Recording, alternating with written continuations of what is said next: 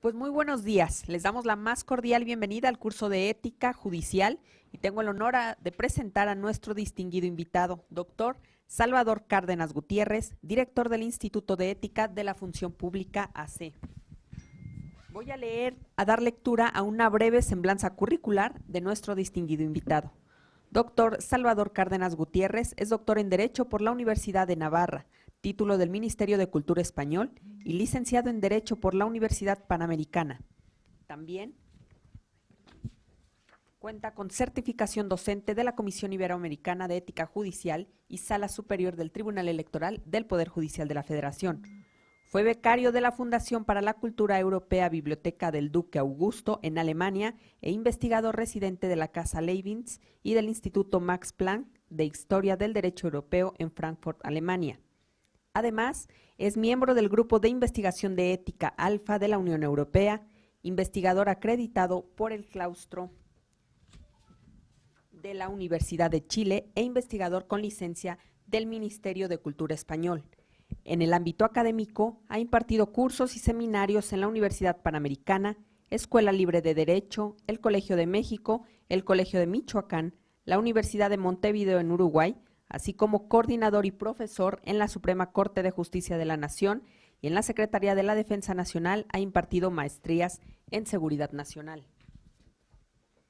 Dentro de su experiencia profesional en cargos administrativos destacan secretario de Estudio y Cuenta en la Sala Superior del Tribunal Electoral del Poder Judicial de la Federación, secretario técnico de Investigación y Publicaciones en el Instituto de la Judicatura Federal, Escuela Judicial, y actualmente es director del Instituto de Ética de la Función Pública AC. Ha participado en congresos y foros en el Centro de Investigación y Docencia Económicos, CIDE, en el Colegio de México, el Colegio de Michoacán, en la Universidad Autónoma de Zacatecas y en el Centro Nacional de Derechos Humanos. Es autor de 43 publicaciones, entre las que destacan La ética de la función jurisdiccional en el México del siglo XIX, El juez y su imagen pública, una historia de la judicatura mexicana y Prolegómenos de la ética judicial, Anuario de la cultura jurídica mexicana, entre otras. Muy buenos días. Damos inicio al curso.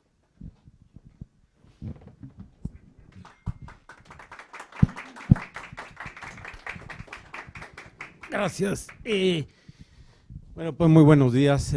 Le agradezco la invitación al magistrado Clisterio Cuello y a un admirado compañero de la carrera, Gustavo Becerra, a quien conozco desde hace 35 años, porque fuimos compañeros. Bueno, fuimos compañeros de generación, ¿no? Y bueno, la idea de este curso de ética pues es dar una visión panorámica, es decir, no dará tiempo de hacer análisis de casos, porque eso sería motivo de un segundo curso, ¿no? En el que viéramos casos. Yo creo que por ahora la idea es contar con las herramientas para comprender la ética judicial. Lo primero que les tengo que decir es que casi es una redundancia hablar de ética y judicial, como lo es hablar de ética jurídica, ¿no? Digo, es una redundancia por lo siguiente. Si por ética, vamos a decir en sentido amplio, entendemos la decisión adecuada, teniendo en cuenta todos los factores de la circunstancia que estamos juzgando, pues lo que supone la ética es que pensemos con libertad, es decir, no atados, como vamos a ver a continuación, no atados por digamos, cuestiones emocionales o por cuestiones personales. Dicho de otra forma, la decisión correcta solo la toma aquel que tiene la mente libre para pensar correctamente, ¿no? Si llega un asunto y usted como juzgador lo que quiere es vengarse de la clase proletaria porque resulta que es usted marxista, o si llega un asunto y lo que usted quiere es vengarse del PRD porque su tío y tal, ahí no hay libertad de pensamiento. Ahí lo que hay es una persona atrapada en sus condicionantes emocionales personales. La ética, por tanto, digamos, consiste en decidir de la manera más libre posible, ¿no? ¿Y por qué digo yo que es hasta cierto punto contradictorio? Pues porque juzgar o se hace con libertad de criterio o eso no es juzgar, ¿no? Es decir, o juzgar es ético o eso no es juzgar, eso es tomar partido, eso llámenle como quieran, ¿no? Parcialidad, preferencia, ¿no? Ayudar al amigo, lo que sea, pero eso no es, en sentido estricto, juzgar. En una ocasión hicimos un video aquí con Gustavo sobre ética, un pequeño spot, yo creo, ¿no? Sobre ética, y en un momento dado me preguntaba, mientras me entrevistaba, me decía que cuál es el, digamos, el quid de la ética, es decir, el meollo de la ética judicial, ¿no? O sea, ¿cuál sería como la piedra angular de la ética judicial? Y yo le decía, pues mira, cuando un juez dice, vistos los autos, resuelvo tal, es porque los vio.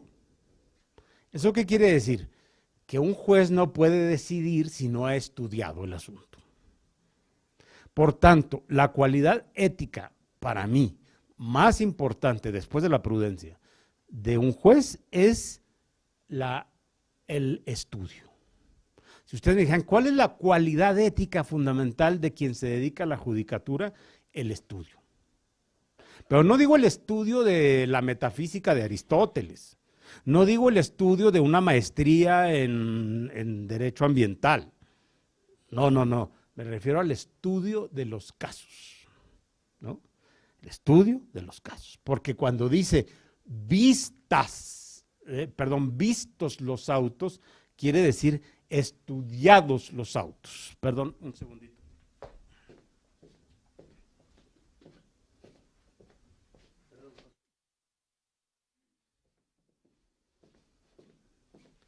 Disculpen. Quiere decir estudiados los autos, ¿no? Y claro, pues contrario sensu, si dijéramos cuál es el vicio, el talón de Aquiles, el punto débil ético de un funcionario, pues tendríamos que decir que es lo contrario al estudio, es decir, la superficialidad o la frivolidad. Frivolidad quiere decir eso, ¿no? Una persona que no estudia y toma decisiones, pues, ¿no? Como tantas, ¿eh? Yo he visto unas decisiones de jueces, verdaderamente, dicen, oye, ni siquiera leíste lo que no valoraste las pruebas, no las tuviste en cuenta, no las leíste, ¿no? Y ahí estamos, ¿no? Padeciendo las consecuencias de la frivolidad de un juzgador que en vez de estudiar, dice, vistos los autos y no los ha visto. Es decir, no ha visto el material con el que va a resolver. Bien, de tal manera que la ética es, digamos, connatural a la actividad judicial y a la actividad jurídica. Ahora, yo quisiera preguntarles, antes de continuar, ¿quiénes de ustedes se dedican a cuestiones administrativas y quiénes a cuestiones jurisdiccionales? A ver, administrativas. Muy bien. ¿Y jurisdiccionales? Muy bien. Bueno, entonces voy a tratar de hablar de una ética no exactamente jurisdiccional, sino de una ética judicial en sentido estricto y entendido como una ética de quien ejerce cargos públicos también, ¿no? Es decir, voy a hablar en el sentido más amplio posible para que todos puedan, digamos, pues tomar lo que les sea útil. Bien, lo primero también, otra de las cuestiones importantes es qué es la ética. Miren, hay muchas discusiones sobre la naturaleza de la ética. Hay quienes dicen que la ética es el recto comportamiento, hay quienes hablan de la ética de las virtudes, hay quienes hablan de la ética del free choice, que quiere decir que cada quien tiene su ética, o no. En términos generales y como algo que es comúnmente aceptado, la ética es la teoría de la moral, ¿no? Es decir, si ustedes me dijeran, ¿cuál es la diferencia entre decir eso que has hecho es inmoral y eso que has hecho es contrario a la ética? Bueno, la moral normalmente se refiere a los mores, costumbres, comportamientos concretos. O sea, la moral es una forma de llamarle o de calificar actos específicos, mientras que la ética es la teoría sobre la moral, sobre los actos morales e inmorales, ¿no? Esto no es un dogma, lo que estoy diciendo, es decir, admite variaciones, hay quienes tienen otras visiones, pero me parece que para efectos de un curso como este es bastante convincente el decir, el tomar esta idea, ¿no? La ética, perdón, la moral califica de bueno o malo, de acuerdo con un parámetro específico, el acto, ¿no? De tal manera que en sentido estricto no es correcto decir este acto es contrario a la ética, sino es lo que estás haciendo es una inmoralidad, ¿no? A veces, sobre todo en este país, donde el lenguaje lo manejamos con una superficialidad absoluta, y más no se diga los medios de comunicación, usan las palabras con una ligereza, indistinción, ¿no? Digamos, sin conceptos subyacentes, que se vea que allá hay conceptos, ¿no? No, aquí hablamos, y les estoy diciendo de los medios de comunicación, de los, ¿no? Los comunicadores y, en fin, incluso los profesores universitarios y los líderes sociales. Entonces, pues hablamos, lo mismo nos da hablar de ética que de moral y tal, pero sí me parece importante comprender esta distinción para que nos ubiquemos también en este curso, ¿no? Ahora bien, ¿cuántas éticas hay? Si partimos de una idea, digamos, ustedes recordarán, finales del siglo XIX, existe un autor en Alemania que se llamaba Federico Nietzsche, o Nietzsche, y él hablaba de la ética de la autorrealización, ¿no? Entonces, él decía, no es que haya un baremo, una medida del buen y recto comportamiento, sino que uno es la medida de su propio comportamiento. Lo cual, si bien tiene algo de verdad, también es cierto que en sociedades tan complejas como, por ejemplo, México, decir que cada quien es baremo de su propia ética, baremo quiere decir medida, ¿no? Baremo de su propia comportamiento moral o de su propia actividad ética, pues eso es bastante caótico y, digamos, desde el punto de vista cultural y político, incluso peligroso. ¿Por qué? Pues porque sí tiene que haber unos mínimos éticos, sí tiene que haber algunas directrices que orienten a las personas sobre lo que es bueno y lo que es malo, ¿no? Es cierto que podemos irnos a los extremos, y aquí los que son padres de familia ya sabrán de qué estoy hablando. Al niño se le tiene que decir lo que es bueno y lo que es malo, no solo desde el punto de vista en sentido estricto moral, sino también técnico, también material, ¿no? Tiene que decir al niño que no meta la mano ahí porque se va a electrocutar. Oye, déjalo, que sea libre, que descubra por sí mismo ¿no? Los efectos de meter los dedos en el enchufe. Bueno, pues no, sí hay que decirle y sí hay unas medidas básicas. Y lo mismo, pues las medidas básicas de respeto a los demás, las medidas ¿no? de convivencia con los demás. Pero, les decía, a veces hay excesos, es decir, ¿quién establece las medidas? ¿Quién establece las reglas de acuerdo a las cuales calificamos de bueno o malo un acto? ¿No? Porque en el siglo XIX, por ejemplo, las mujeres tenían prohibidísimo tocar el cello, porque tenían que abrir las piernas para tocar el cello, ¿no? O tocar el piano, porque también tenían que hacer unos movimientos poco adecuados para una mujer. Me refiero a los movimientos de los pedales, ¿verdad? Del piano. Y eso era fatal, o sea, una mujer que tocara el cello y que abriera las piernas para tocar el cello y ponérselo en medio de las piernas, porque es donde va el cello, ¿verdad? Pues estaba cometiendo un acto verdaderamente terrorífico, ¿no? Y no se diga si usaba pantalones, ¿no? Como George Sand, la esposa aquella de Chopin, ¿se acuerdan ustedes? Que se atrevió a entrar a un concierto de Federico Chopin con pantalones. Eso fue calificado claramente de inmoral. Y lo otro también. Ciertamente que en el siglo XIX la confusión entre decencia y moralidad era enorme, ¿no? La decencia no es lo mismo que la moral. Ya veremos por qué. Pero en el siglo XIX sí, entonces, y esto por influencia sobre todo de una cultura inglesa bastante de origen calvinista que le llamaban la ética victoriana, ¿no? Donde la decencia se confundía con la ética al grado de crear una sociedad moralmente rígida. Cuando ustedes oyen hablar de ética victoriana, están hablando de una moral muy rígida, muy minuciosa, ¿no?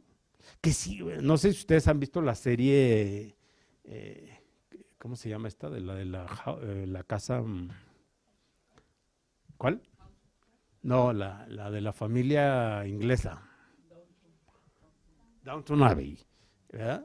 Ahí se ve en la película Downton Abbey, se ve claramente esto, ¿no? O sea, cómo están viviendo en un mundo de transición para distinguir lo ético de la decencia, ¿no? Es decir, las formas de los contenidos.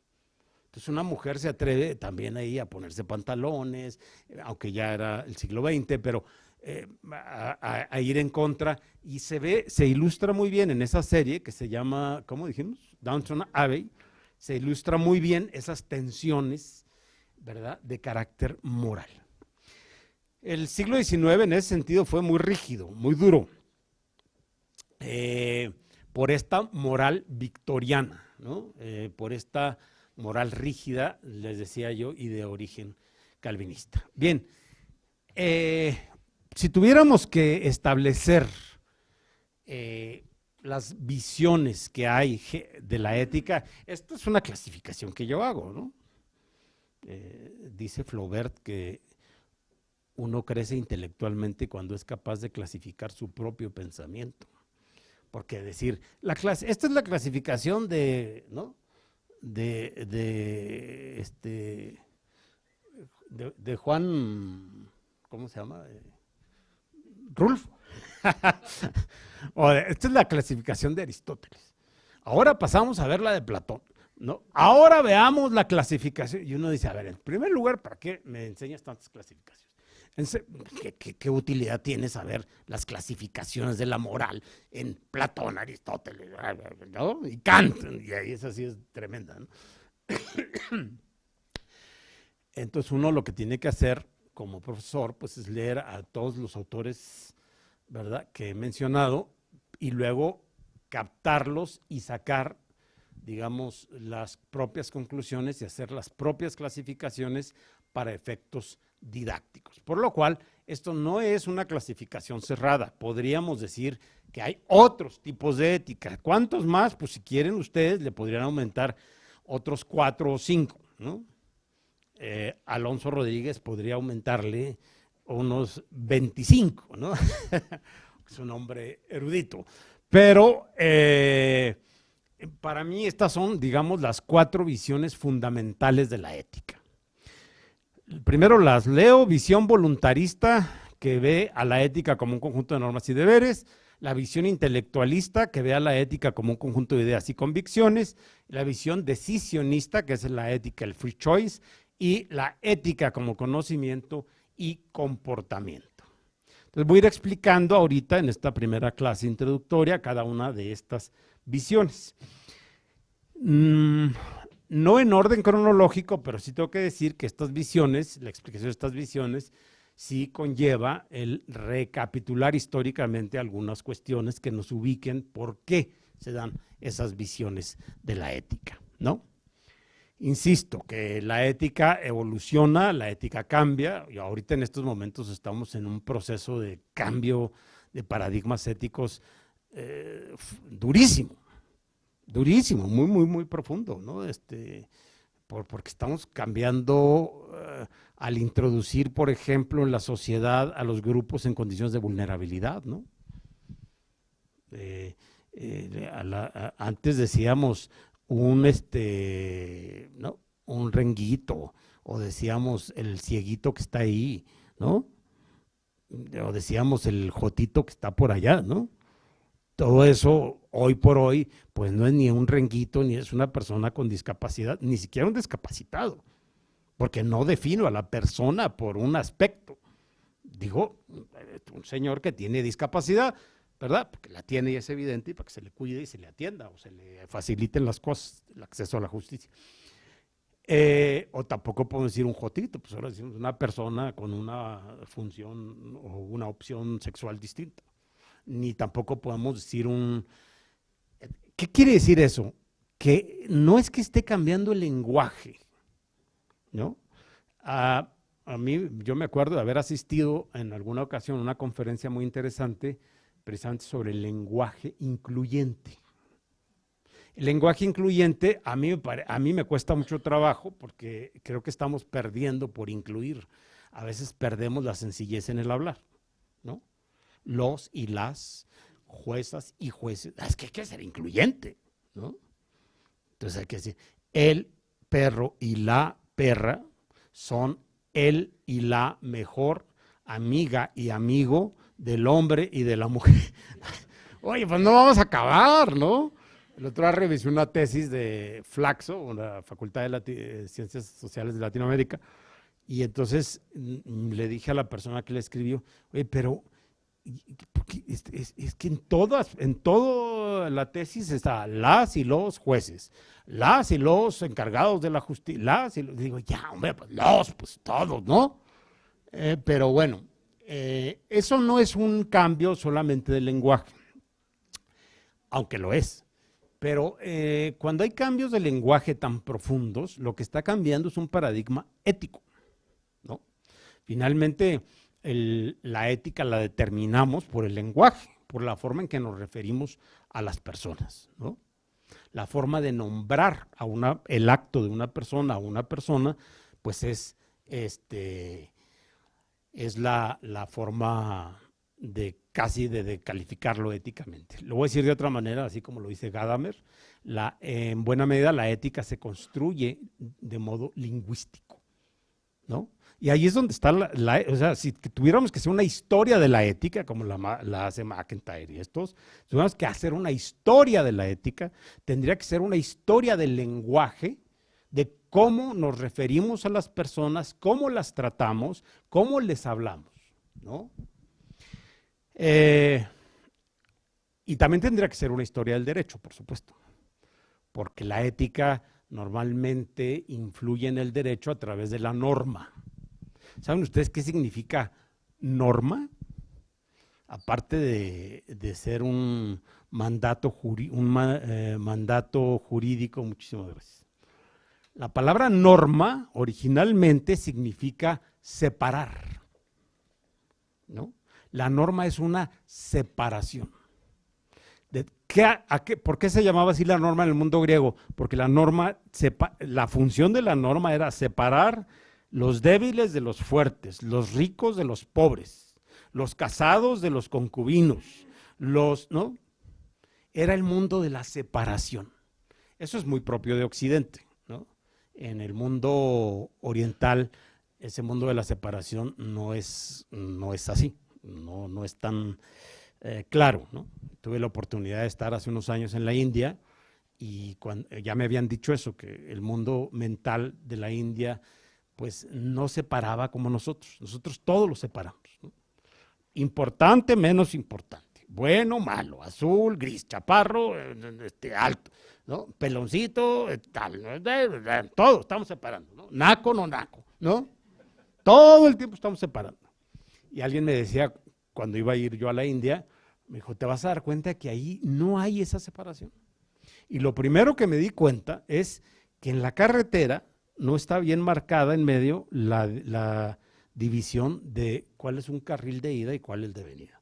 Y entre eso y las vacas que se estacionan en la carretera, entonces, claro, manejar en la India, yo no manejé, pero yo iba en el coche con un señor, con un chofer, era aquello verdaderamente alarmante, ¿no? Dije, bueno, aquí ¿dónde está el carril de ida y el de venida? Yo acostumbrado a A y B, venida, ida, ¿no? Sentido derecho, izquierdo. Yo soy un mundo, yo me formé en el mundo occidental, ¿no? Y resulta que llevo un mundo donde no se distingue eso. Por cierto, ya que le estoy contando la anécdota, le dije al chofer, oiga, bájese aquí, digo, téngase aquí porque vamos a ir al baño y a comprar unas chucherías ahí para comer. Entonces me bajo y está un vendedor de discos de música de la India. Y le dije, oiga, ¿tendrá un disco de cultura hindú? Hindú se refiere a lo cristiano, a lo religioso, ¿no? No es cultural nada más. Entonces le dije, ¿tendrá un disco de cultura hindú que no sea religioso? Y se me quedó viendo así. ¿Cómo? Sí, o sea, no religioso. ¿No? Pues, ¿cómo que no religioso? Pues, ¿qué quiere o qué? Entonces no es música, querrá usted un libro de poesía. No, música. Claro, ya luego lo pedí en una tienda de Nueva Delhi y ahí sí ya me entendieron, porque tampoco es que… Pero este señor del campo, tal, no me entendió, ¿no?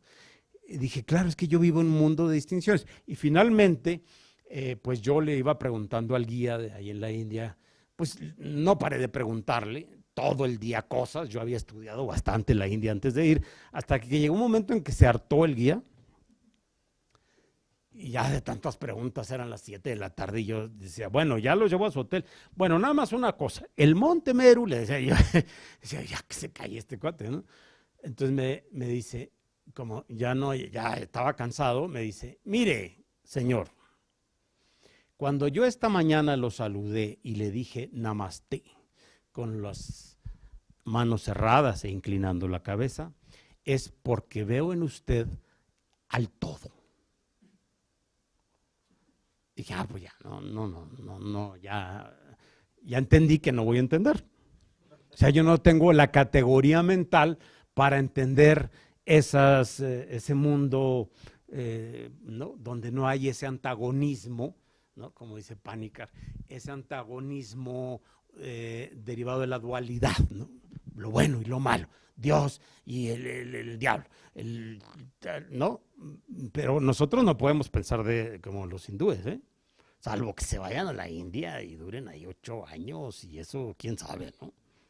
Porque como desde niños estamos formados en categorías binarias, en duplas conceptuales, pues entonces no hay manera. Bien, volviendo, como les decía, al tema, hay estas 4 visiones en Occidente, ¿no? Ya dije que no voy a explicar la ética en Oriente porque sería una pretensión. Tendría yo que traer aquí a un señor hindú, ¿no? Para que nos hablara sobre la teogonía y sobre ¿no? Entonces es distinto precisamente por eso. Yo creo que Occidente, si bien ha avanzado desde el punto de vista de su civilización por distinguir, ¿no? Por hacer distinciones, ¿no? Gracias a eso pues ha descubierto 1000 cosas, ¿no? Si dijera el cuerpo es un conjunto de 8 sistemas, no es un conjunto de 8 sistemas, células y vamos desarticulando el cuerpo y todavía estamos descubriendo cosas del cuerpo humano que no sabíamos. Y todo lo que falta por descubrir de una parte del cuerpo humano que no tenemos ni la más remota idea y se llama mente o cerebro. Es lo más, lo que menos conocemos, perdón, del ser humano. Hemos avanzado enormemente en el conocimiento genético. Ahora con el manejo del DNA, ¿verdad? Por ejemplo, bueno, pues ahora identificar, por ejemplo, un crimen, pues es relativamente fácil, digamos, ¿no? Es que sí había pero hace 10 años no existían las pruebas de DNA en el mundo del derecho penal. Entonces, hemos avanzado mucho, pero hay partes que todavía no conocemos, una de ellas, como decía, es la mente.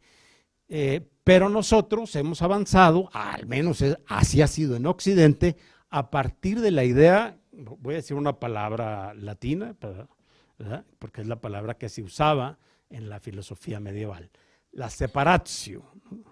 Separatio se escribe, la separación, ¿no? Entonces lo que voy a explicar es las visiones que se tienen de la ética a partir del principio de separación, ¿no? No voy a explicar la visión unitaria, insisto, del cosmos oriental, budista, hinduista, ¿no? Etcétera. Bueno, empecemos pues con la visión voluntarista. Conjunto de normas y deberes. ¿Por qué se llama voluntarista? Miren, tradicionalmente, en la filosofía occidental, tradicionalmente se dice que ahora ya eso no está ni tan claro, nada claro, pero se dice que lo que hace que el ser humano sea superior al resto de los seres con los que comparte la existencia en este planeta es que tiene inteligencia. Digo que ya no es tan claro porque cada día estamos más convencidos de la inteligencia animal, ¿no? Sí existe desde luego una inteligencia animal, o qué fregados es que un perro le pone uno en YouTube y ve a un perrito enseñándole a caminar a un bebé. No, pues eso no se llama inteligencia, entonces no sé cómo se llame, ¿no? Y lo que hacen las ballenas y lo que hacen los delfines y la forma en que acorralan a las, ¿no? a los cardúmenes, ¿no? Si eso no es inteligencia estratégica, pues yo no sé cómo se llame. No, es que se pusieron así porque la ola los llevó la ola. No digo que lo razonaron, pero sí digo que ahí hay una inteligencia sentiente ¿verdad? Bueno, sin embargo, lo cierto es que el ser humano pertenece a un tipo de ser vivo que ha pasado por distintas etapas, ¿no? Ustedes recuerden que entre el mono y el ser humano actual hay muchas etapas, ¿no? Los antropólogos le llaman Pithecanthropus erectus, es decir, un Pithecanthropus, un mono que se va enderezando. Y el enderezarse no es una cuestión de la columna vertebral, es una cuestión de evolución. El mono se endereza porque empieza y eso le permite ver en horizonte. Los animales tienen que ir viendo el piso porque así está hecho su cuello y su cabeza, ¿no? El mono, por ejemplo, cuando se para, pues ya no está tan condicionado por estar viendo el piso. Es decir, puede ver un poquito más allá del piso. Esto es lo que se llama, pasando por las etapas neandertales, etcétera, es lo que se llama el Homo sapiens, ¿no? Nosotros pertenecemos al género humano, pero ha habido otros humanos que no son Homo sapiens, ¿no? Se parecían mucho a los changos, ¿no? No físicamente, que también, sí, sino que eran, por ejemplo, un hombre del neandertal, veía un oso y se enfrentaba al oso como se enfrenta, no sé, una hiena. Bueno, las hienas y los osos no conviven, pero no, se enfrentaba. Ahora no, nosotros sabemos que tenemos el Homo sapiens sabe que mi fuerza no es la física, que por física me da 3 vueltas, que mi fuerza está acá y que soy capaz de crear trampas, de elaborar instrumentos para vencer. O sea, mi fuerza no es la física. Y cuando el hombre toma conciencia de que su fuerza no es la física, entonces se puede hablar ya de un Homo sapiens, un ser humano al que pertenecemos nosotros, ¿no? Por cierto, entre paréntesis, hubo épocas en que convivieron Homo sapiens y neandertales. Es decir, dos seres con forma humana, pero unos eran neandertales, es decir, no tenían la capacidad de abstracción o de alejamiento que tenemos nosotros. Bueno, pues resulta que a partir de que el hombre toma conciencia de su propia reflexión, ¿no? Es cuando podríamos decir que se desarrolla la teoría de que lo que distingue al hombre es la conciencia de su propia existencia. Lo voy a decir de otra manera, la capacidad de pensar sobre sí mismo. Un animal puede pensar sobre el cardumen, puede pensar sobre el niño que está aprendiendo. Un animal puede pensar sobre cómo guiar al ciego, estos perros que pero el ser humano, la distinción es que el ser humano puede pensar sobre sí mismo, ¿no? Es una reflexión sobre sí mismo y eso además le permite, ¿verdad?, al ser humano tomar decisiones, digamos, pues más humanas, más racionales, ¿no? De tal manera que en Occidente siempre se ha dicho que lo que distingue, insisto, al ser humano de los demás seres con los que convive en el planeta es que tiene una inteligencia reflexiva. Y lo segundo, que tiene una voluntad. Eso es lo que hace que el ser humano sea ser humano, según la tradición occidental, ¿no? ¿A qué se refiere? Estas dos facultades del ser humano, que por cierto no se ven, ¿no? Yo no le puedo decir a nadie, oiga, ¿podría mover su inteligencia tantito porque no me deja ver? ¿No? Ni usted le puede decir al de enfrente, oye, ¿puedes mover tu inteligencia? Es que no veo el pizarro. Pues será tu cerebro, tu cabeza, pero tu inteligencia, esa no se mueve, ¿no? Ni nadie le puede decir, oye, dejaste la voluntad tirada en el suelo, recógela. No, la voluntad está aquí dentro. Es inmaterial. Y eso es lo que también ha llevado al ser humano a entender que hay dos partes en su existencia. Una es inmaterial, no se ve, pero es evidente que existe y se llama inteligencia y se llama voluntad. Y la otra es material y le hace que esté atado a cosas tan básicas como tener que comer cada 4 horas.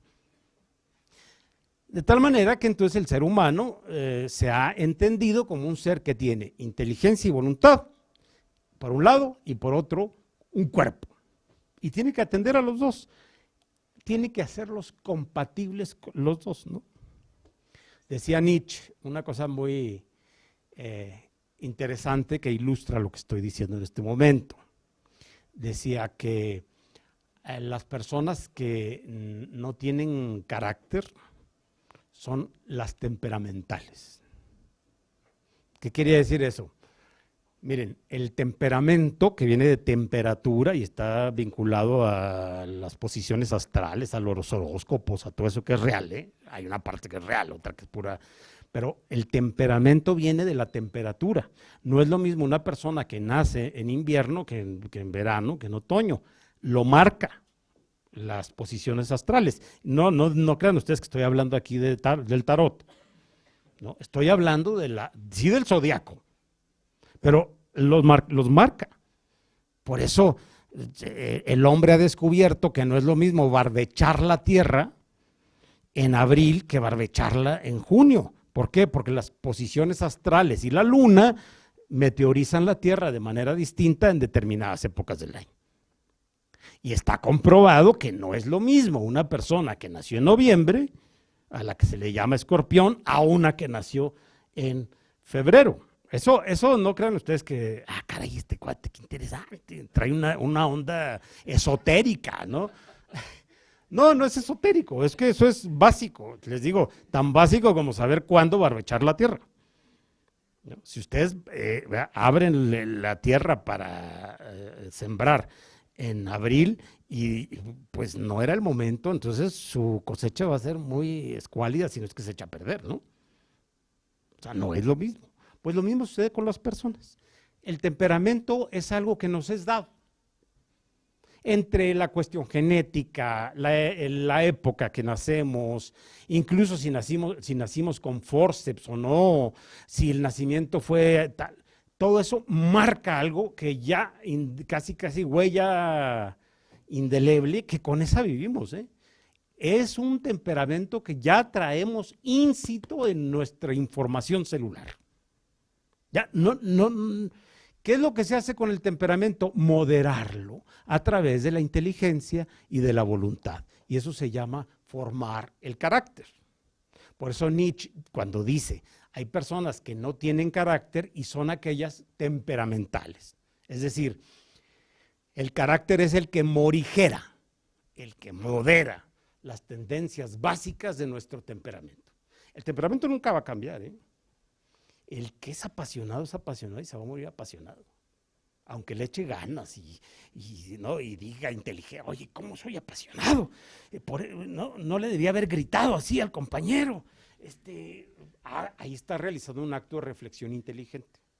Y luego llega y dice, le voy a hacer buena cara al compañero. No solo no lo voy a gritar, le voy a ya está no solo razonando, sino tomando una decisión con la voluntad, ¿no?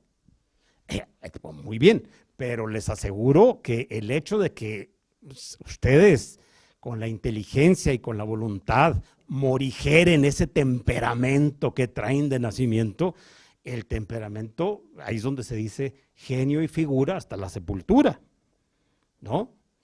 Pues, por muchas ganas que le echen, ¿eh? Ya, los que tienen hijos pues saben, ¿no?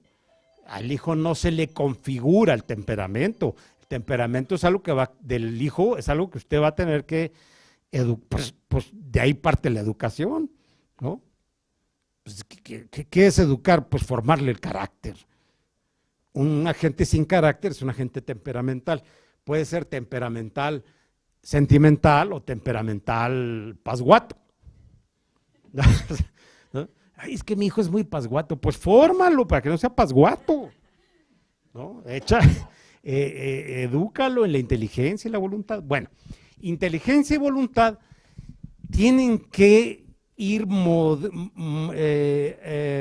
decía yo, morigerando, moderando el temperamento, es decir, la parte corpórea que traemos nosotros.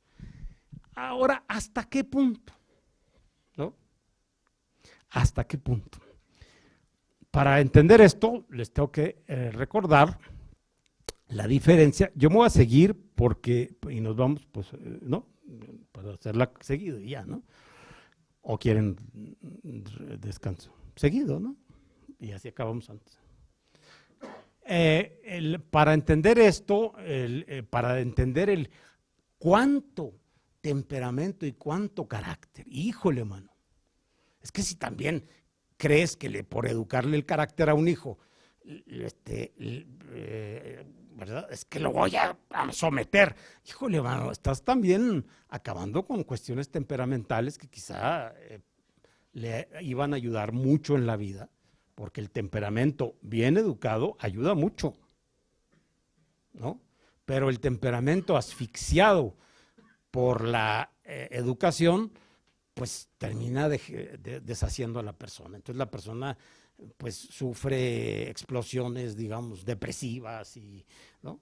De otro tipo, porque siempre ha estado asfixiado por la formación del carácter, ¿no? Hay papás en ese sentido, yo me consta porque llevo 30 años dando clases, he visto a padres de familia, de muchachos universitarios, que los asfixian por el afán de formarles el carácter y no los dejan que ejerzan un poquito el temperamento.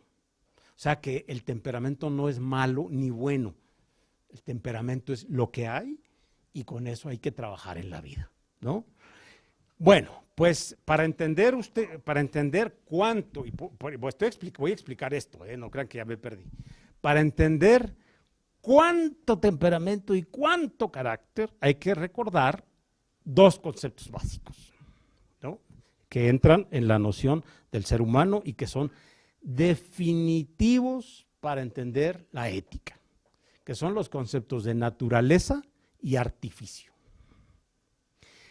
Lo voy a decir de manera muy sencilla. La naturaleza es el dato, en italiano se dice lo dato, y de ahí viene la palabra castellana, el dato, que quiere decir dado. Dato quiere decir dado. Entonces, cuando decimos, ¿con qué datos cuentas? Es decir, ¿qué es lo dado? Lo que tú no influís, ¿qué es lo dado? Digamos, en términos que estaba yo explicando, ¿cuál es el temperamento? El temperamento, señores, es un dato. No más, ni modo, es un dato. Es decir, algo, lo dato, insisto, que quiere decir ya dado. Bueno, eso es lo natural, el temperamento es natural.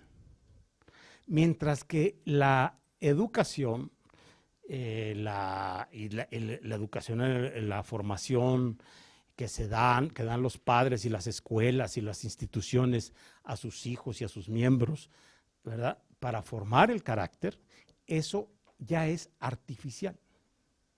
Cuando yo era chico, algunos de ustedes lo recordarán, pocos porque veo aquí pura gente joven, pero cuando yo era chico había un manual de buen comportamiento, creo que todavía lo venden en el Sanborns, que se llamaba Manual de Carreño. Yo me acuerdo que ese manual lo tenía uno que leer para comportarse bien en sociedad. Pero si estamos hablando de naturaleza y artificio, era la quinta esencia de la artificialidad. Es decir, pues les decía cosas como las siguientes, ¿no? Acuérdense, ¿qué es el artificio? Arte es donde interviene el ser humano con su inteligencia para para transformar la naturaleza. Eso es el arte. Así de sencillo. Cuando decimos artificial, no es algo natural, sino algo que modifica lo natural, ¿no? Por ejemplo, cuando las mujeres se pintan el cabello, no es lo natural, sino que modifica lo natural, pues para que se vean, no sé, ¿verdad? No, pues sí, para que decoración, pues. Y bueno, decoración en el sentido de la virtud del decoro, así se llama, decoro, como el decoro judicial, pues el decoro, ¿verdad?, de la pintada del pelo. Entonces, el asunto es que lo natural y lo artificial. Y miren, este es el dilema ético. Este es el dilema ético. El gran dilema ético es, uno, tengo la obligación, así, obligación de intervenir en lo natural mediante el artificio. ¿Tengo la obligación? ¿Hasta dónde? Y ahí está el dilema ético. ¿Cuánta naturaleza? ¿Cuánto artificio? A veces nos pasamos de artificio y asfixiamos la naturaleza. A veces nos pasamos de naturaleza y no le metemos el suficiente arte. Por ejemplo, hay corrientes de la educación que dicen que casi que no hay que educar, ¿no? El sistema Freire de Brasil, por ejemplo, ¿no?, es un sistema, y perdón si alguien estuvo en la escuela Freire, pero es un sistema que sirve para fortalecer los instintos básicos temperamentales. No forma el carácter, es decir, ahí no hay artificio. Los niños hacen lo que quieren, hablan de lo que quieren, y si quieren ir encuerados, van encuerados. Que viva lo natural. Entonces uno dice, hombre, qué bien, no le metas tanto artificio, déjalo ser, que ande desnudo. Dicen hay grupos franceses que nudistas en familia, ¿no? ¿Por qué nos tenemos que estar de hipócritas tapando? Pues que cada quien tal, ¿no? Es lo dato, ¿no? Es lo dado, así, pues así es. Lo otro es el exceso, el demasiado artificio, como el manual de Carreño, que decía, cuando usted llegue a una casa, quítese los guantes, quítese primero el guante derecho y manténgalo en la mano izquierda. Bueno, yo para empezar, una vez usé guantes porque estaba nevando y no, ya no se usan los guantes. Dice, el sombrero espere a que llegue el mayordomo para que se lo entregue. Y es de muy mal gusto que se ponga usted a ver los cuadros de la sala. O sea, que si llega el dueño de la casa, usted no puede estar. ¿Por qué? Espere que se los enseñe, si es que quiere enseñárselos. Entonces, claro, pues entonces, ¿qué hago? El guante y el sombrero y el cuadro, y pues ya no me mueve, ya no. Pues no crean ustedes que esto es tan lejano, al menos generacionalmente, a la realidad que vivimos, muchos, ¿no? Entonces, pues es el dilema ético. Yo digo de broma, pero es broma, que las mujeres te plantean este dilema muy claro todas las mañanas. Los hombres no nos vestimos y nos peinamos. Las mujeres se arreglan. Es muy distinto, arreglar, los hombres no nos arreglamos. ¿Arreglarse qué? ¿No? Arreglarse es ponerse de acuerdo a una regla estética. Nosotros, pues, siempre damos igual, ¿no? Una peinadita, la corbata que le quede más o menos, y a veces le atinamos y a veces no, ¿no? Y pero en cambio las mujeres, como se arreglan, entran a un dilema ético-estético. ¿Cuál es? ¿Cuánta naturaleza? ¿Cuánto artificio? A veces le atinan y a veces no, porque a veces les hace falta un paquito de artificio, y a veces les hace falta, ¿verdad? Algo más natural, ¿verdad? Eso ya es cuestión de si están de buenas, de malas, si ya desayunaron, si el niño está dando lata. Pero eso es un dilema con el que normalmente los hombres no nos topamos, porque no nos arreglamos. Bueno, lo digo esto de broma, porque sí es cierto, pero sí es el gran dilema ético, Si ustedes dicen, ¿cuál es el quiz de la ética? Es el discernimiento sobre cuánta naturaleza y cuánto artificio, desde el punto de vista que lo quieran ver, ¿no? Y no se puede uno ahogar a costa del otro. Vivir bien quiere decir vivir de manera equilibrada entre lo natural y lo artificial, todo el tiempo, Por ejemplo, en el trato con las personas, ¿no? ¿Cuánta naturaleza, ¿no? Y cuánto artificio? ¿Cuánta educación? ¿Hasta dónde llevarme y hasta dónde no llevarme porque estamos en una relación laboral, ¿no? ¿Cómo llevarme? Ay, pues somos compañeros, hombre, un coscorronazo, pues naturalidad, digo, no vamos a estar aquí con hipocresías, ¿no? Y perdóname que eructé aquí en medio de la... Oye, no, espérate, un poquito de artificio, ¿verdad? Entonces, ¿cuánta naturaleza, cuánto artificio? Esto se traduce ya llevado a un nivel no conductual, sino a un nivel global, ¿verdad? Por ejemplo, pues es el gran planteamiento ético de la ecología. El gran planteamiento ético de la ecología es cuánta naturaleza, cuánto artificio, ¿no? Hay quienes ven el mundo o quisieran ver el mundo como un bosque verde, ¿verdad? Sin intervención del hombre. Y hay quienes quieren ver el mundo como una especie de megafábrica, ¿no? Hay muchos tipos de ecologismo que le tratan de dar respuesta ética al gran dilema ético que acabo de decir. ¿Cuánta naturaleza, cuánto artificio? Por ejemplo, la Ciudad de México es un ejemplo claro de inmoralidad gubernamental y de falta de ética pública. ¿Por qué? Porque el dilema cuánta naturaleza, cuánto artificio no se ha resuelto. Evidentemente se fueron por el artificio, nadie prevé los problemas de la naturaleza, ¿no? El agua, el subsuelo, la contaminación. ¿Por qué? Porque todo ha sido corrupción, ¿no? ¿Por qué la Ciudad de México se ha ido extendiendo, ¿no? Y dices, oye, nos estamos cargando la naturaleza con este artificio urbano. Párenle. ¿Por qué no le han parado? ¿Por qué no racionalizan el crecimiento urbano que invade la naturaleza y se come? Ya nos tragamos el agua bueno, ya nomás nos falta el océano. Ya dejamos sin agua a toda la región centro de México. Y seguimos construyendo en Polanco unos edificios, ¿verdad? Yo nomás me pregunto, híjole, el agua. Porque no va a haber agua, ¿eh? Y México es uno de los 5 países que va a tener en el corto plazo mayores problemas de agua. ¿Por qué los gobiernos de la Ciudad de México y los gobiernos mexicanos no le ponen un freno a este desarrollo de artificio urbano, ¿verdad?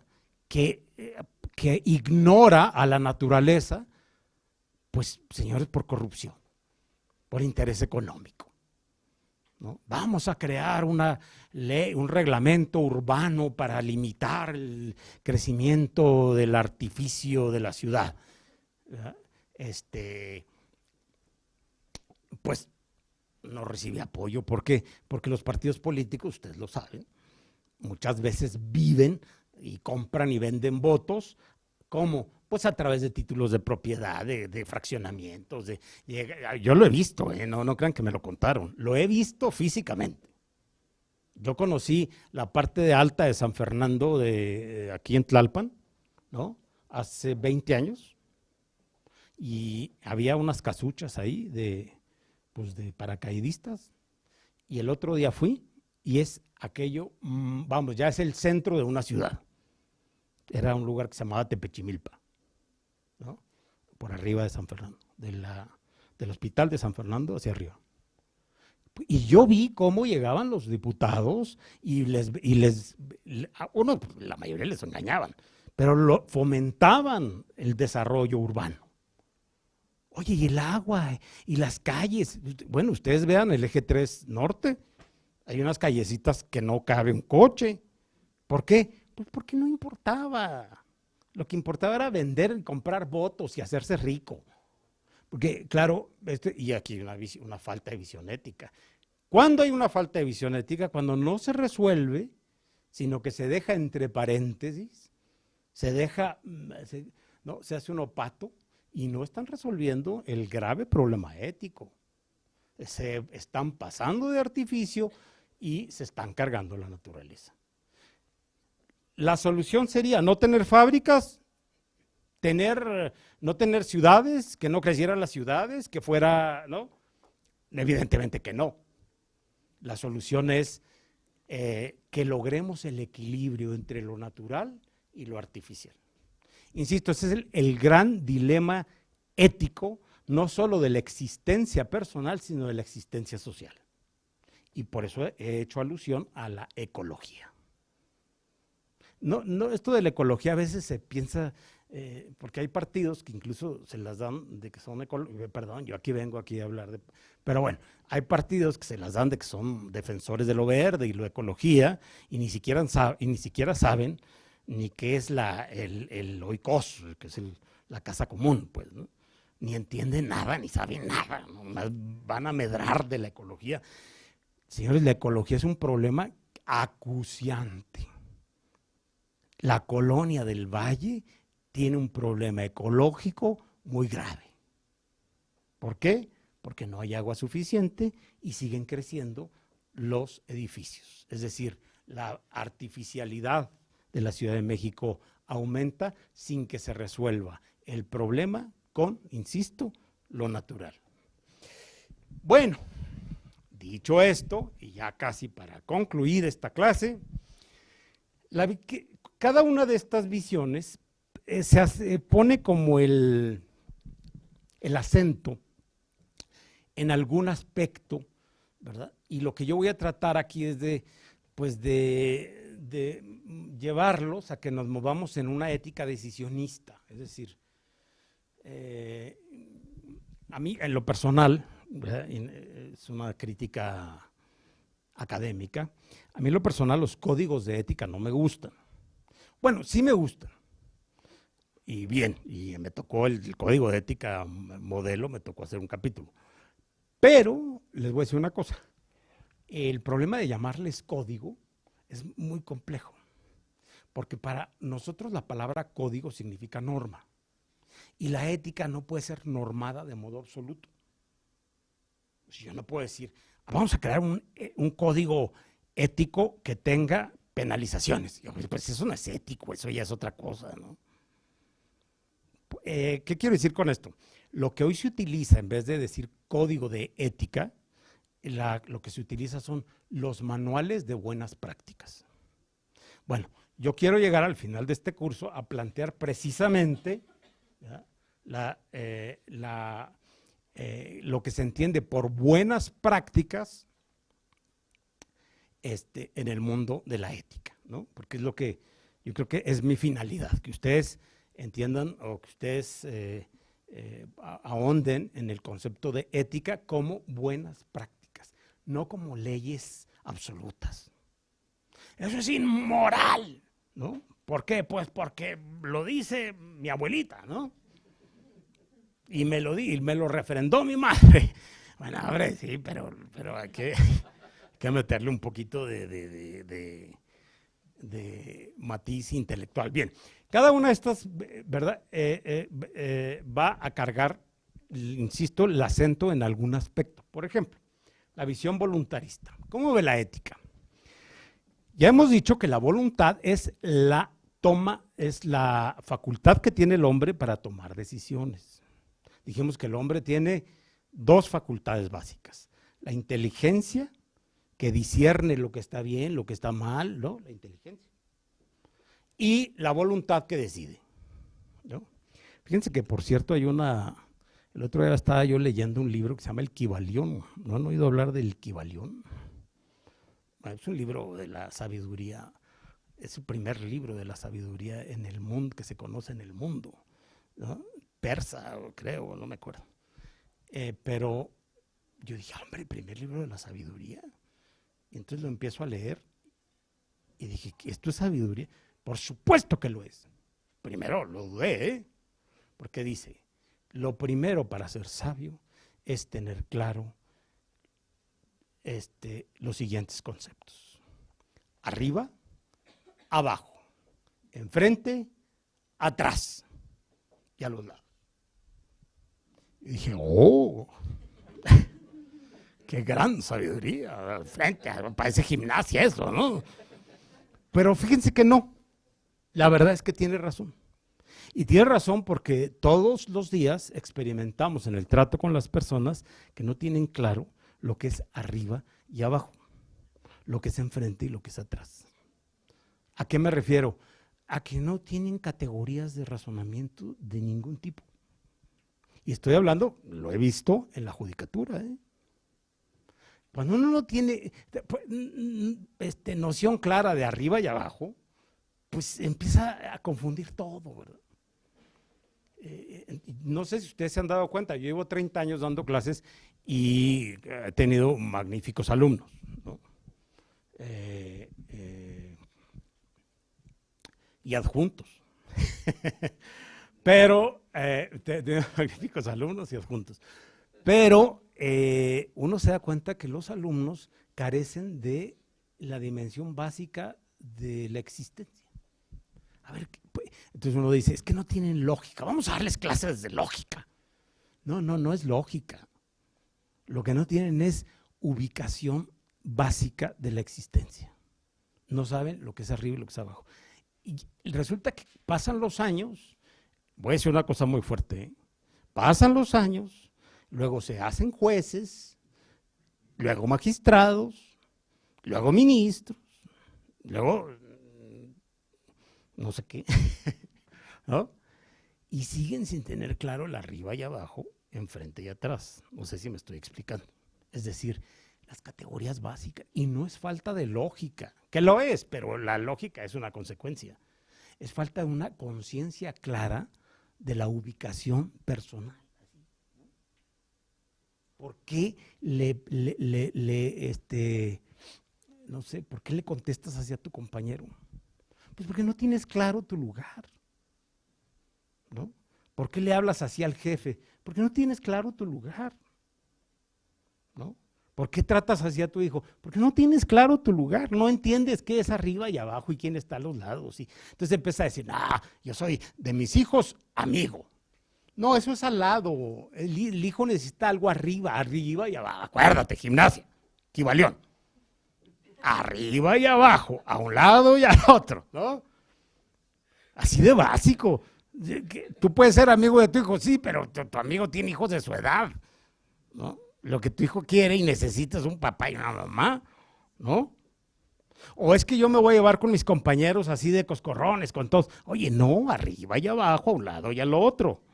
No, esta es una relación laboral, no confundas, ¿no? El otro día hay un programa español que me gusta mucho ver y decía uno, pues como amigos y vecinos. Y entonces decía el otro, oye, pero que no te das cuenta que estás diciendo una contradicción. Los amigos y vecinos no se llevan, o sea, los vecinos nunca son amigos. Bueno, pero lo digo esto porque a veces confundimos, ¿no? ¿Y por qué? Porque nos falta la dimensión básica del Kybalión. Lean el Kybalión con K.